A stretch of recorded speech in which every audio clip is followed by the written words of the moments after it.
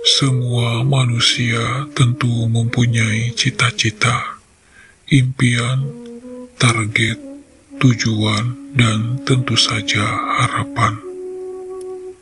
Semua impian dan cita-cita itu tentu saja hasilnya berbeda-beda.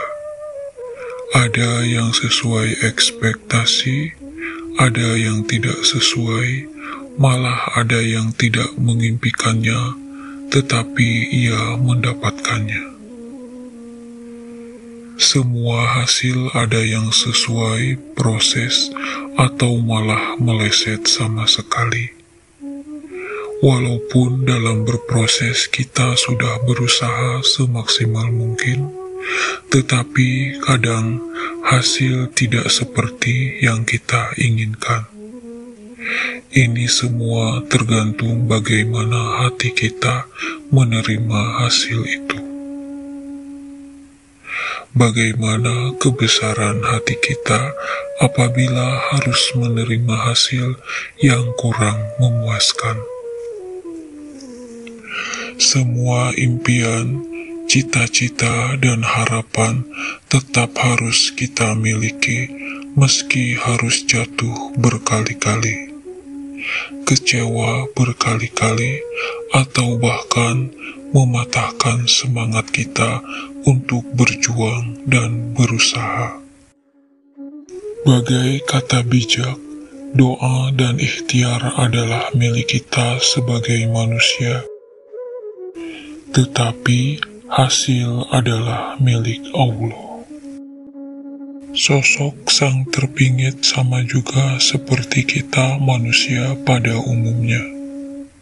Ia juga mempunyai cita-cita dan impiannya sendiri.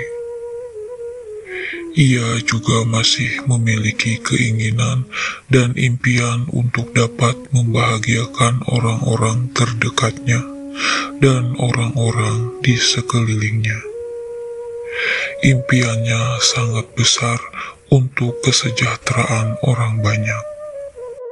Ia ingin kesejahteraan yang merata bagi orang-orang di sekitarnya, terlebih keluarganya.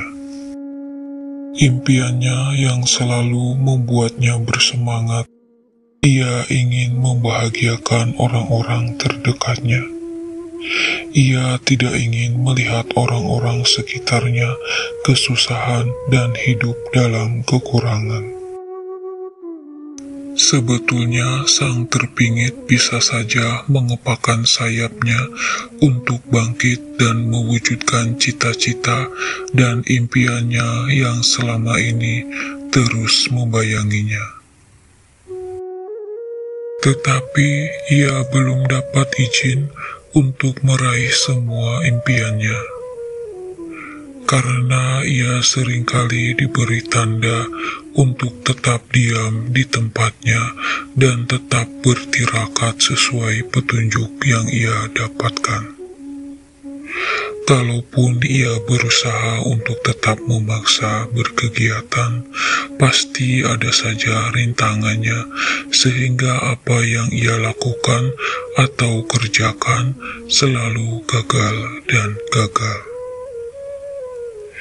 Tentu saja dengan semua itu membuat sang terpingit menjadi sedih. Tetapi kesadaran akan tuntutan tetap bertirakat akhirnya ia terima. Ia harus tetap bertirakat dan tetap memantau situasi dan kejadian-kejadian di berbagai pelosok Nusantara ataupun dunia dari tempatnya kini berada. Walau terkadang ia sebagai manusia ingin berontak, tetapi semakin ada keinginan untuk berontak, maka hal-hal yang di luar nalar pun kerap terjadi. Maka disinilah ia sadar bahwa untuk sementara inilah jalan yang harus ia tempuh. Mau tidak mau, terima tidak terima. Inilah dilema hidup seorang yang terpingit. karena segala sesuatunya tidak bebas seperti manusia pada umumnya. Di balik cita-cita dan impian yang harus ia wujudkan, tidak dapat ia lakukan sesuai kehendaknya sendiri. Karena apapun yang akan ia lakukan, tentu selalu ada petunjuk-petunjuk melalui hal-hal lain yang diterimanya.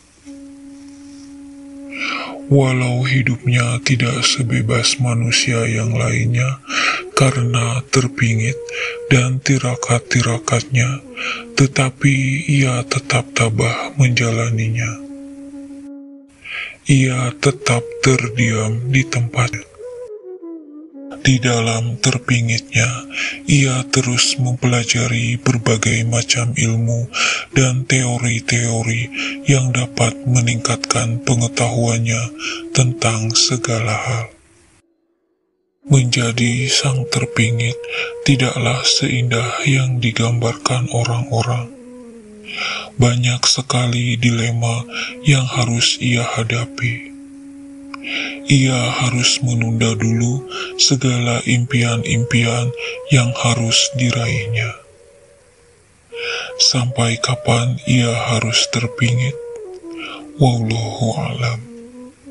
Tiada yang tahu sampai kapan. Ia hanya harus menjalani semua dengan legowo, penuh kepasrahan, walau terkadang jiwanya bergejolak, ingin berontak dan menolak. Tetapi akhirnya ia harus terima dan jalani. Keadaan di dalam tirakatnya tidak bisa dibayangkan seperti tirakat orang lain pada umumnya.